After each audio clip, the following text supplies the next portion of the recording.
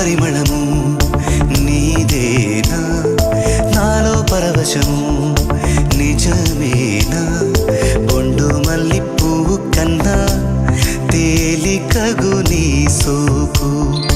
రెండు కళ్ళు మూసుకున్నా లాగు మరి నీ వైపు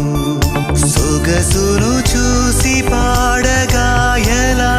కనులకు